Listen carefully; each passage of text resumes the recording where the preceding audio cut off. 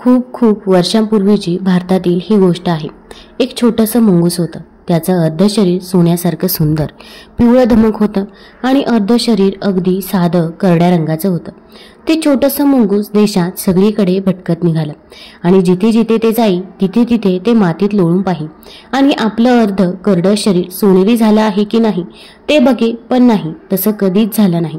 ते अजूनही अर्ध सोनेरी आणि अर्ध करडं असंच होतं। त्यामुळे ते मुंगूस फार दुःखी झालं। त्याने स्वतःशीच विचार केला की मला अशी एखादी जागा शोधून काढली पाहिजे की जिथे लोक दयाळू आणि निस्वार्थी असतील। ती भूमी अशी पाहिजे की तिथे लोकांना मोठा त्याग केला असेल, जिथे लोकांनी गरजूंना मदत करण्यासाठी स्वतःच्या अन्नाचा सुद्धा त्याग केला असेल। जर अशा एखाद्या ठिकाणी जमिनीवर मी लोळलो तर माझ्या शरीराचा अर्धा करडा भाग सुद्धा दुसऱ्या अर्ध्या भागाप्रमाणे सोनेरी होईल। एके दिवशी मग ते छोटंसं मुंगूस कुरुक्षेत्राला पोहोचले। कुरुक्षेत्रावरील महायुद्ध संपले होते आणि युद्ध जिंकल्याचा आनंद व्यक्त करण्यासाठी पांडवांना काहीतरी करावेसे वाटत होते। त्यांचा आनंद व्यक्त करण्यासाठी त्यांनी गरिबांना अन्न आणि भेटवस्तू दान करण्याचे ठरवले। म्हणून मग त्यांनी सगळ्या गरीब लोकांना एकत्र बोलवले आणि त्यांना मोठी मेजवानी दिली। जास्तीत जास्त गरीब लोक एकत्र जमले आणि पांडवांनीही जास्तीत जास्त लोकांना अन्नदान केले। नंतर सर्व लोक भोजन करून संतुष्ट झाल्यावर पांडवांनी त्यांना पैसे, कपडे आणि हिरे माणिक दिले। त्यामुळे त्यांची गरिबी संपली आणि त्या सर्वांनाच फार आनंद झाला। आपलं छोटंसं मुंगूस एका कोपऱ्यात एका अतिशय म्हाताऱ्या माणसाजवळ उभं होतं। ते दोघे काय काय चाललंय ते पाहत होते। तो वृद्ध माणूस त्या छोट्याशा मुंगसाला म्हणाला, हे खरंच किती चांगलं काम आहे। सारे पांडव किती दयाळू आणि निस्वार्थी आहेत। या गरीब लोकांना मदत करण्यासाठी त्यांनी केवढा मोठा त्याग केला आहे। जगानं असा त्याग यापूर्वी कधीच केला नसेल। ते छोटं मुंगूस म्हणालं, म्हणताय तरी काय, हा काय फार मोठा त्याग झाला। त्यांनी काय त्यांचं स्वतःचं अन्न दुसऱ्यांना दिलं का? त्यांनी स्वतःसाठी काही शिल्लक ठेवलं नाही का? जर हे खरं असेल तर मी इथल्या जमिनीवर लोळलो तर माझं अर्ध करडं शरीर दुसऱ्या अर्ध्या भागासारखं सोनेरी होईल। मग ते छोटंसं मुंगूस जमिनीवर खूप खूप लोळलं। त्याने विचारलं, माझं उरलेलं अर्ध शरीर सोनेरी झालं का? माझं संपूर्ण शरीर आता सोनेरी झालं का? म्हातारबाबाने त्या छोट्या मुंगसाकडे पाहिलं आणि नाही असे म्हटले। पुढे तो म्हणाला, नाही, अजून तरी नाही। तू पूर्वी होतास तसाच अर्धा करडा आणि अर्धा सोनेरी आहे। ते छोटं मुंगूस फारच खिन्न झालं। ते त्या म्हातारबाबाला म्हणालं, मग तुम्ही जे सांगितलं ते काही खरं नव्हतं। हा काही फार मोठा त्याग नव्हता। हा खरं तर त्यागच नव्हता। म्हातारबाबाला मोठा धक्काच बसला। तो म्हणाला, हा त्यागच नाही असं कसं काय तू म्हणू शकतोस? किती पैसा खर्च केला गेला आहे ते तर तू स्वतः देखील पाहिलं आहेस। त्या सर्व गरीब लोकांवर पैसा, अन्न, कपडे आणि रत्न यांचा जणू वर्षावच केला गेला आहे। याआधी कुणीही एवढं दिलेलं नाही। हा खरोखरच महान त्याग आहे। छोट्याशा मुंगसानं म्हातारबाबाकडे पाहिलं आणि म्हणालं, त्याग म्हणजे काहीतरी देऊन टाकणं। याचा अर्थ दुसऱ्याला मदत करण्यासाठी तुमच्या स्वतःच्या गरजेचं काहीतरी दुसऱ्याला देणं। ते छोटं मुंगूस त्या म्हातारबाबा समोर जमिनीवर बसलं। ते म्हणालं, मी एकदा एक महान त्याग पाहिला आणि तिथल्या जमिनीवर मी लोळलो तेव्हा माझं अर्ध शरीर सोनेरी बनलं। त्याच कारणासाठी मी दुसऱ्या एखाद्या महान त्यागाच्या शोधात आहे आणि तसा त्याग मला आढळेल तेव्हा तिथल्या जमिनीवर मी लोळेल। मग माझं राहिलेलं अर्ध शरीर सोनेरी होईल आणि मी पूर्णपणे सोनेरी झालेलो असेल। म्हातारबाबा म्हणाले, मला जरा त्या त्यागाबद्दल सांगा पाहू।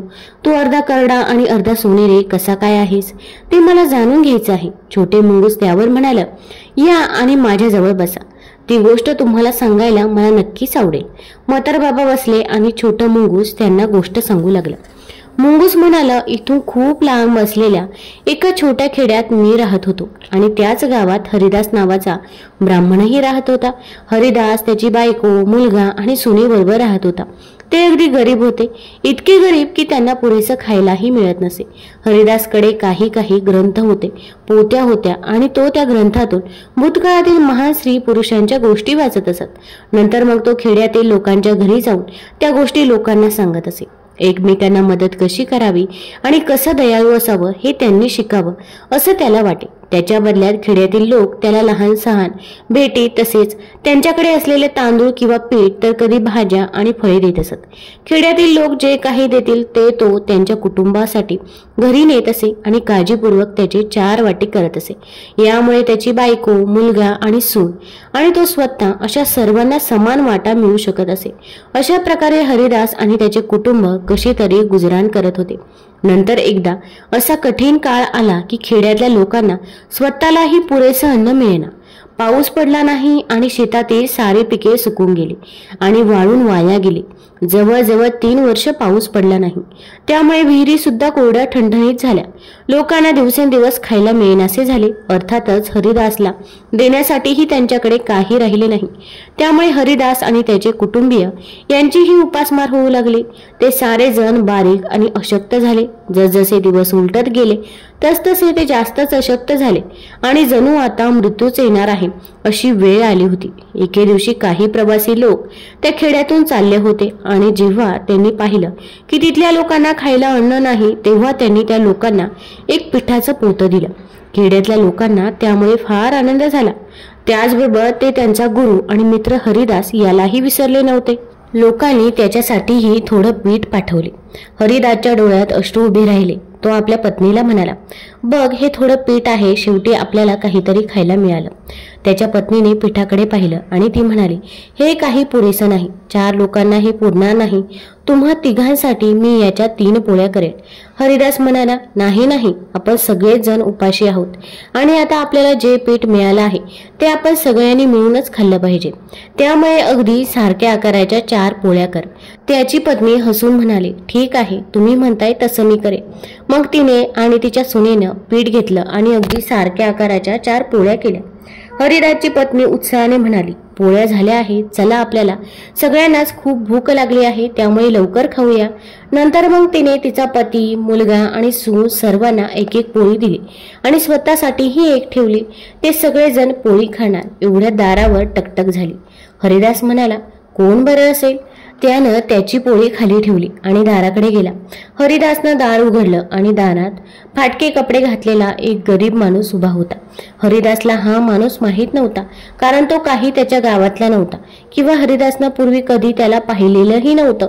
हरिदासनं विचारलं, मी तुमच्यासाठी काय करू शकतो? त्या परक्या माणसाने त्यावर उत्तर दिलं, मी वाराणसीला चाललो आहे। मी गल्लीतल्या मुलांना एखाद्या चांगल्या माणसाचं घर दाखवा म्हटलं तर त्यांनी मला तुमच्याकडे आणलं। मी खूप दमलो आहे आणि मला भूकही लागली आहे। मी तुमच्याकडे जरा वेळ विश्रांती घेऊ का?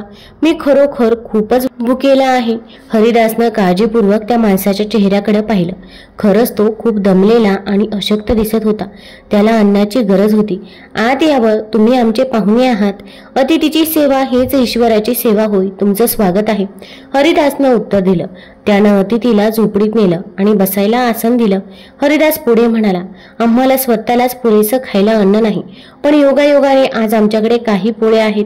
पहा, ही पोळी तुमच्यासाठी। हरिदासनं मग स्वतःची पोळी उचलली आणि ती अतिथीला दिली। हरिदासची बायको, मुलगा आणि सून सारांच्याच हातात आपापली पोळी होती। हरिदासनं दिलेली पोळी अतिथीनं पटकन उचलून खाल्ली। हे साऱ्यांनी पाहिलं। तो अतिथी हरिदासला म्हणाला, वा, चांगलं वाटलं, पण एका छोट्या पोळीनं आधीच भुकेलेल्या माणसाला आणखी भूक लागते। मला इतकी भूक लागली आहे की माझ्या पोटात जणू आगीचा टोंब उसळला आहे। मी आता मरणार असं वाटतंय। असं म्हणून आपल्या पोटावर हात फिरवत तो वेदनेने विव्हळला। हरिदासच्या पत्नीनं तिच्या पतीकडे पाहिलं आणि ती म्हणाली, ही पोळी त्याला द्या। तिनं तिची पोळी देऊन टाकली। हरिदास म्हणाला, नाही नाही, ती तुझी आहे, तुझ्यासाठी आहे, तुलाच ती खाल्ली पाहिजे। त्याच्या पत्नीने मृदूपणे म्हटलं, पण आपण गृहस्थ आहोत हो ना, आणि आपल्याकडे एक अतिशय गरीब माणूस आला आहे, त्याला खाऊ घालणं हे गृहस्थ म्हणून आपलं कर्तव्य आहे। तुम्ही आधी स्वतःची पोळी त्याला दिली आहे आणि आता पत्नी म्हणून माझी पोळीही देणं हे माझं कर्तव्य आहे। तुमच्याकडे त्याला आणखी द्यायला काहीच नाही, म्हणून मग माझ्याकडे जे आहे ते मी द्यायलाच पाहिजे। मग हरिदासच्या बायकोनं आपली पोळी अतिथीला दिली। त्यानं घाईनं ती पोळी घेतली आणि झटकन खाऊन टाकली। हरिदासच्या पत्नीनं त्याला विचारलं, आता तुम्हाला बरं वाटतंय का? पुन्हा तो अतिथी म्हणाला, नाही नाही, मला अजूनही फारसं बरं वाटत नाही, मला खरं तर आणखी अस्वस्थच वाटते। मला अजून भूक लागली आहे। आणि पुन्हा त्यानं आपले हात पोटावर दाबून धरले आणि वेदनेनं विव्हळला। तो किंचाळला, मला खूप भूक लागली आहे, भुकेनं माझ्या पोटात नुसती आग होत आहे। हरिदासच्या मुलानं त्याची पोळी अतिथीला दिली। तो म्हणाला, माझे वडील अतिथीच्या बाबतीत त्यांचं कर्तव्य बजावत असताना त्यांना मदत करणं हे माझं कर्तव्य आहे. मित्रा, ही पोळी खा, तू आमचा अतिथी आहेस. त्या अतिथीने तीही पोळी घेतली आणि झटकन खाऊन टाकली. हरिदासच्या मुलाच्या पत्नीने विचारलं, आता तुम्हाला बरं वाटतंय का? अतिथी म्हणाला, फारसं नाही, मला अजूनही भूक लागली आहे. हरिदासची सून म्हणाली, हो का, मग ही पोळी देखील खा. आणि तिने तिची पोळी सुद्धा अतिथीला देऊन टाकली. शेवटी एकदा तो अतिथी संतुष्ट झाला आणि म्हणाला, आता मला बरं वाटतंय, मला माझ्या प्रवासाला निघालं पाहिजे. तो उठला आणि म्हणाला, देव तुमचं भलं करो, देव तुमचं भलं करो. हरिदासनं दार उघडलं आणि अतिथी त्याच्या वाटेला निघून गेला. त्या रात्री हरिदास, त्याची बायको, मुलगा आणि सून सारेजण उपासमार झाल्याने मरण पावले. ते छोटं मुंगूस आणि म्हातार बाबा कुरुक्षेत्राच्या भूमीवर एका कोपऱ्यात अजूनही बसून राहिले होते. गोष्ट संपली तसं मुंगूस गप्प राहिलं. ते कसला तरी विचार करत होतं. म्हातार बाबा म्हणाले, पुढे सांग ना, तुझ्या गोष्टीचा हा काही शेवट नव्हे. तू अर्धा करडा आणि अर्धा सोनेरी कसा झालास ते तू मला सांगितलं नाहीस. छोटं मुंगूस म्हणाला, हो, त्या 4 माणसांनी मोठाच त्याग केला नाही का? एका गरीब माणसाला मदत करण्यासाठी त्यांनी स्वतःचं अन्न दिलं आणि स्वतःच्या प्राणांचा त्याग केला. मी तिथे एका खोलीत लपून बसलो होतो आणि मी ते सगळं पाहिलं. त्यांचा त्याग पाहून मला फार आनंद झाला. खरं तर मला खूपच आश्चर्य वाटत होतं, कारण मी तसा त्याग पूर्वी कधीच पाहिला नव्हता. मी इतका खुश झालो होतो की मी जमिनीवर आनंदाने लोळलो. त्या पोळ्यांमधलं अगदी इतकंसं पीठ जमिनीवर पडलं होतं आणि मी त्या पिठातच लोळलो. ते पीठ इतकं थोडं होतं की ते माझ्या अर्ध्या शरीराला चिकटलं आणि एकदम माझ्या शरीराचा तो अर्धा भाग सोनेरी झाला. असा त्याग मला पुन्हा बघायला मिळेल का, म्हणून तेव्हापासून मी खूप दूर दूरपर्यंत प्रवास केला, पण मला कुठेच असं पाहायला मिळालं नाही. दुसरीकडे कुठेही माझ्या शरीराचा अर्धा भाग सोनेरी होऊ शकला नाही.